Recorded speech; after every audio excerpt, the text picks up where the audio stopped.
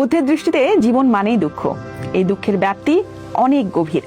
বুদ্ধ একে 3 ভাগে ভাগ করেছেন।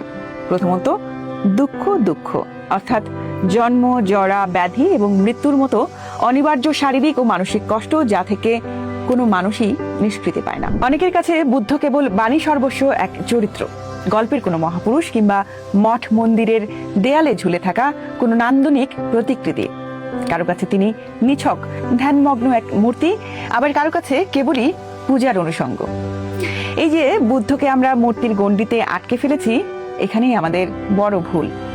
বুদ্ধের দর্শনের যে মূল জায়গা, যা আজকের অস্থির, উদ্বিগ্ন এবং যান্ত্রিক পৃথিবীতে একজন মানুষকে শান্তি দিতে পারে, সেই আলাপটি আমাদের আলোচনায় প্রায় অনুপস্থিত।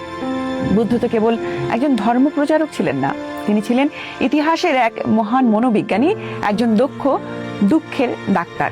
সারাটি জীবন তিনি একটি গবেষণায় নিজেকে উৎসর্গ করেছেন।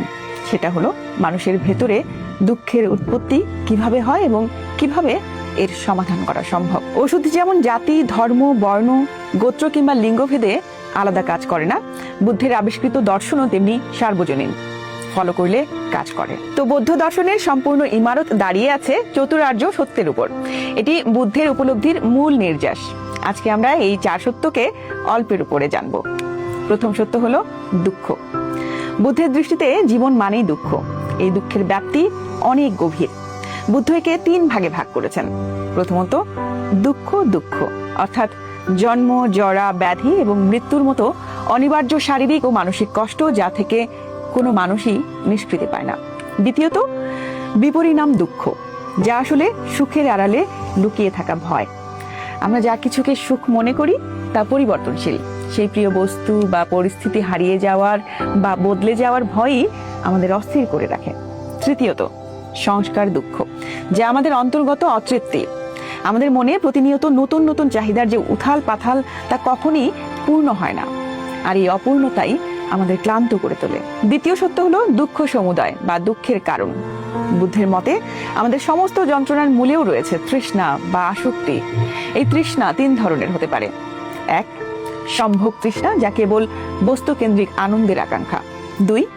ভব তৃষ্ণা, যা আমাদের যশ, খ্যাতি এবং ক্ষমতার প্রতি আসক্ত করে তোলে। 3. বৈভব তৃষ্ণা, আমরা আমাদের দুঃখ, কষ্ট বা পরিস্থিতির প্রতি বিরক্ত থাকি। সেই বিরক্তি থেকে মুক্তি পাওয়ার যে অস্থিরতা, সেটি এক ধরনের তৃষ্ণা। বুদ্ধ আরো গভীরে গিয়ে বলছেন, আমাদের দুঃখের মূলে রয়েছে অবিদ্যা, সত্যকে না জানা, নিজেকেও বাস্তবতাকে অস্বীকার করাই হলো অবিদ্যা। এই অবিদ্যা থেকে জন্ম নেয় 3টি বিষ: মোহ, রাগ এবং দ্বেষ। যখনই আমরা সত্যকে দেখতে পাই না, তখনই মোহগ্রস্ত হয়ে কোনো কিছুর প্রতি আসক্ত হই আমরা। আবার কোনো কিছু থেকে দূরেও থাকতে চাই, আর এই টানাটানির মধ্যেই আমাদের জীবনের বেশিরভাগ সময় নষ্ট হয়। তৃতীয় সত্য হলো দুঃখ নিরোধ। বুদ্ধের দর্শন যেখানে শুরু হয় দুঃখ দিয়ে, তার চূড়ান্ত পরিণতি হলো এই নিরোধ। তৃষ্ণাকে যখন আমরা যুক্তিবোধ দিয়ে সংযত করি এবং ক্রমশ বর্জন করি, তখনই দুঃখের বিনাশ ঘটে। এটি সেই অবস্থা যেখানে মন আর কোনো কিছুকে আঁকড়ে ধরে রাখতে চায় না। চতুর্থ হলো দুঃখ নিরোধ মার্গ বা দুঃখ নিবারণের ব্যবহারিক পথ। বুদ্ধ দুঃখ জয়ের 8টি উপায় বাতলে দিয়েছেন, যাকে 3টি বড় ভাগে ভাগ করা যায়: সম্যক প্রজ্ঞা, সম্যক শীল এবং সম্যক সমাধি। প্রজ্ঞা মানে হলো জীবনের সত্যকে সঠিকভাবে দেখা ও সংকল্প গ্রহণ করা। শীল মানে হলো নিজের আচরণকে শুদ্ধ করা, সত্য ভাষণ, সত্য জীবিকা ও অহিংস আচরণ।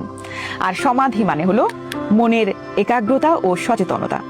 যখন কোনো মানুষ সম্যক প্রযত্ন, স্মৃতি ও একাগ্রতার মাধ্যমে নিজের মনকে নিয়ন্ত্রণ করতে পারে, তখন তার দুঃখের কারণগুলো এমনিতেই ফিকে হয়ে আসে।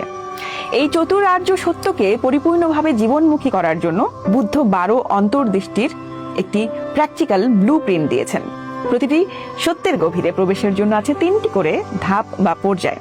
প্রথমত সচ্চনান বা সত্য সম্বন্ধে জানা, অর্থাৎ সমস্যার অস্তিত্বকে স্বীকার করা।